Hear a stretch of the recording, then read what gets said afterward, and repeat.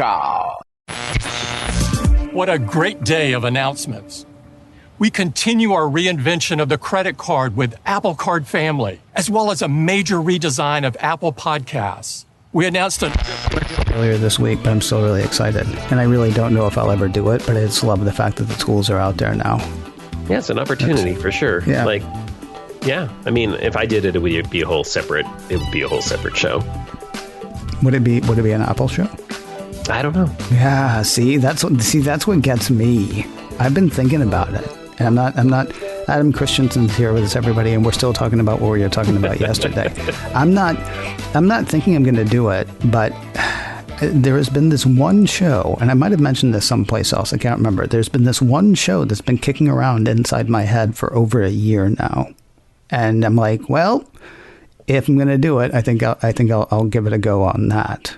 But I don't even know, Maybe I'll subscribe. Oh, well, thanks, man. It's only going to be $20 a month. So, Sweet. Yeah. Subscribe twice and save. Right. So the whole podcast thing happened during the Spring Loaded event. And it would be silly if all we were going to talk about for the Spring Loaded event was the podcast thing, because I think that demanded about 3 minutes of 2 minutes, the time. Something like that. I have a list that I was reading last week because I had a bunch of people on talking about the Spring Loaded event. So I will go through the big announcements really quickly. Okay. Apple Card Family. There was the podcast thing, the purple iPhone, AirTag, Ted Lasso Season 2, the iPad Pro with M1, the iMac with M1, Apple TV 4K, and the new Siri remote. You can actually, I think, separate those out because some people love the TV that they have, but they hate the Siri remote, and so they got a new one, whatever, and blah, blah, blah. Yep. Those are the big things. I'm curious what you liked most, and I'm curious what you're getting, if anything. What I liked most. That's a tough one. I liked a lot of stuff. I like the idea of the iMac. It's not a machine for me personally, but I thought the iMac was the most fun, to be honest. Like a lot of people, I was a little disappointed we didn't see a bump in the M1 processor, but I get why that is, and I get why they started where they started. And what I liked about it is, to me, it feels like it's going back to its roots. It's going back to what it was, both in terms of design, in terms of fun, in terms of the target audience being, the consumers. Mm-hmm. So I think it's cool. Like the design, yeah, it's radical. I'm not super key on the white frame, but again, that harkens back to the original iMac, which had white bezels.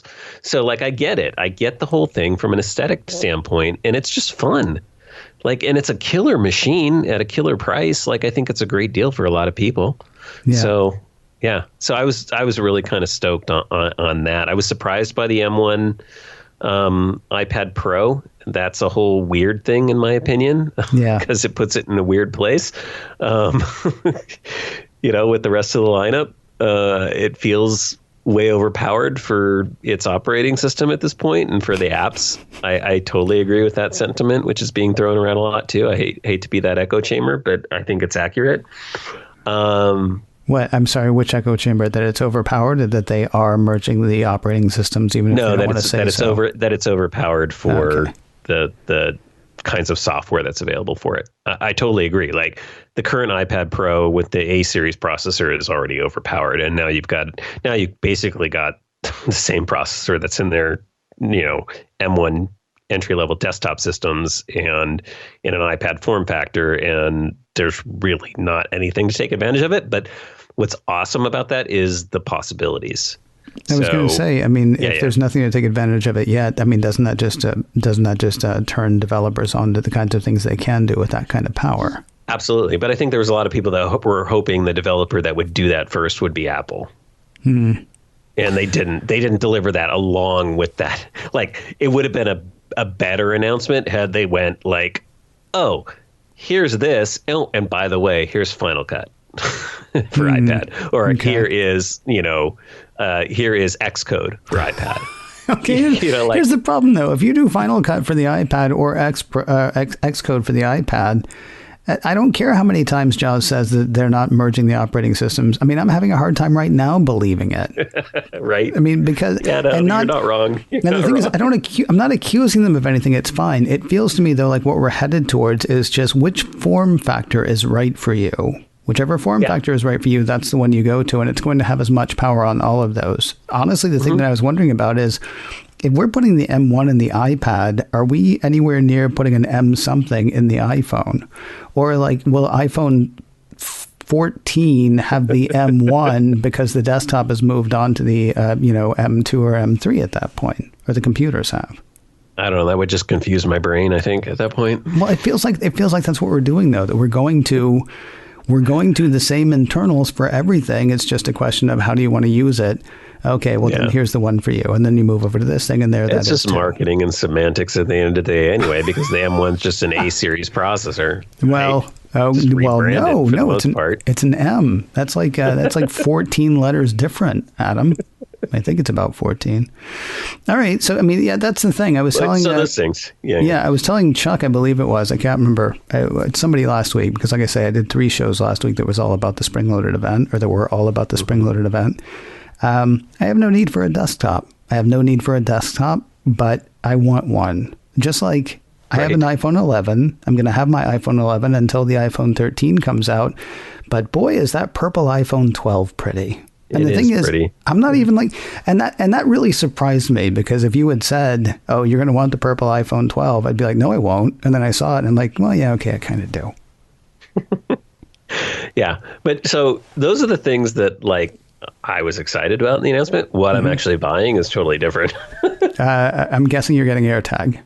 Oh, yeah, I've got those already. I ordered a 4-pack, and then because I couldn't get the 4-pack with my custom engraving by the 30th, I ordered a single one to pick up at the Apple Store on the 30th so I can review it for the podcast. Oh, okay. Because that's how crazy I am. And then, but the thing I'm actually more excited about, and I had actually been waiting on, was a 4K Apple TV. Because I have an Apple TV HD, and I bought a 4K television about a year ago. But I knew Apple was planning a new Apple TV at some point, so I didn't want to buy until Apple had a new Apple TV available. Okay. So, that was sort of in reserve. So that's nothing. Like, I would have bought whatever Apple TV they announced. So I'm not like, it's a nice upgrade. It's a nice bump up. I'm not expecting anything fantabulous from it. Like the color thing is pretty cool, but I could do that with my current Apple TV. So right. Let me ask you a question really quickly. I don't want to talk too much about Apple Arcade or other services because we're talking about that tomorrow, but are you an Apple Arcade player? Do you want to know, or you want me to hold that? Well, no, because I'm curious whether you're buying the which storage capacity you're buying. Because as far as I know, the only thing that you can use the Apple TV storage for is either for apps or games, which, as I said last week, are also apps, but we call them something different for some reason.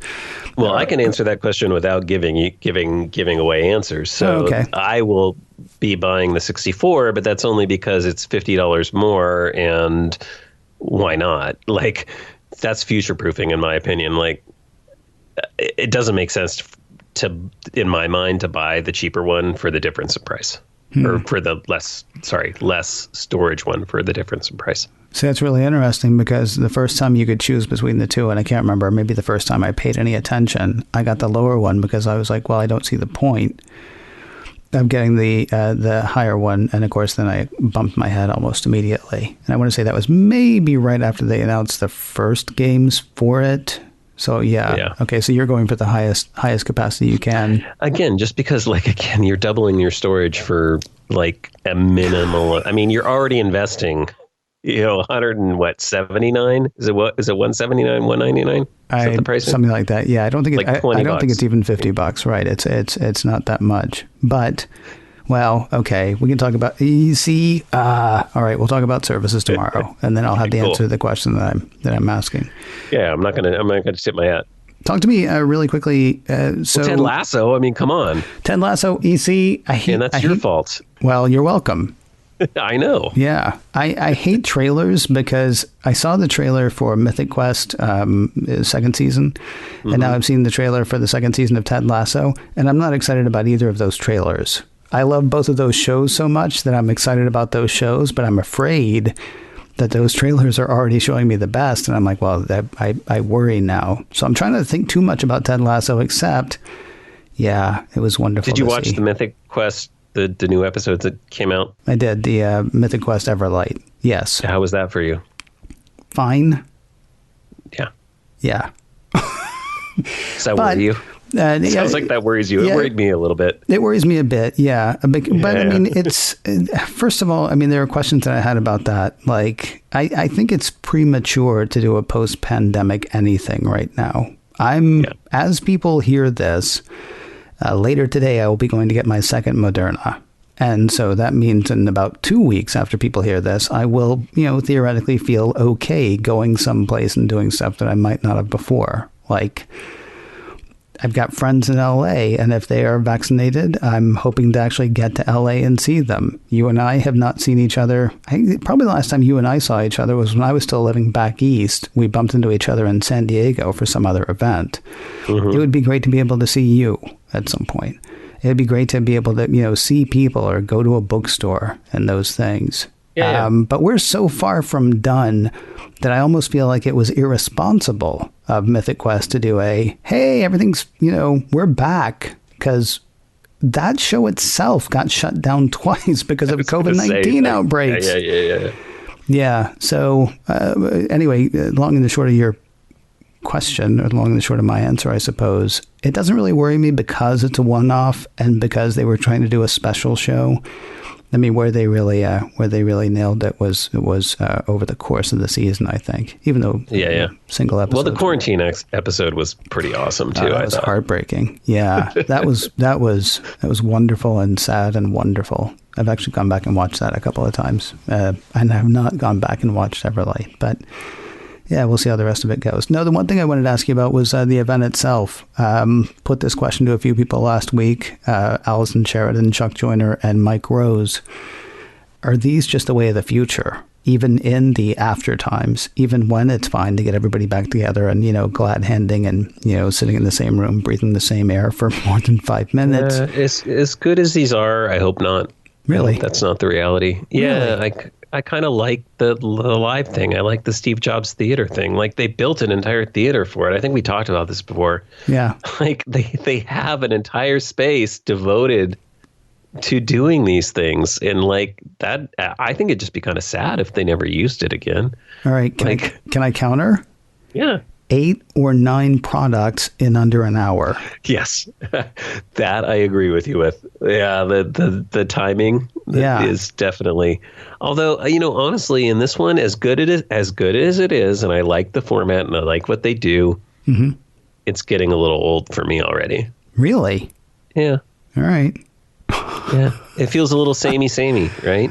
Well, yeah, okay, but I had gotten tired of the pausing for applause, honestly, because it had been so long since, like, you remember the iPhone and you remember stuff before that when Steve Jobs, put the hula hoop around the laptop to show that it was truly wireless. People legit lost their minds, right? Because you hadn't seen anything like it. Now, Tim Cook comes out and says, and it comes in blue. And, there are like 20 people who work for Apple who start applauding like it's the greatest thing they've ever seen. And then other people follow along. But it starts to feel like you could easily cut 15 minutes from it if you just stop having people prompting applause lines. Let's face it, they could cut an hour from it if they wouldn't bring on like every partner and their other partner. Right. And here for a demo. I get it, though. You want to support your developers and you want to support the people that you're partnering with. But yeah, that being gone in this age of digital stuff has been kind of nice. Yeah, I mean that, and well, anyway, I personally I would like to see it be this way. Maybe twice a year, maybe WWDC and one other event, maybe the iPhone event. But for live, yeah, that'd be fine. But I'm enjoying the rest of these because they're quick, they're zippy. And never a demo fail. Combo would be great. I'm all for combo. Let's do a little bit of both.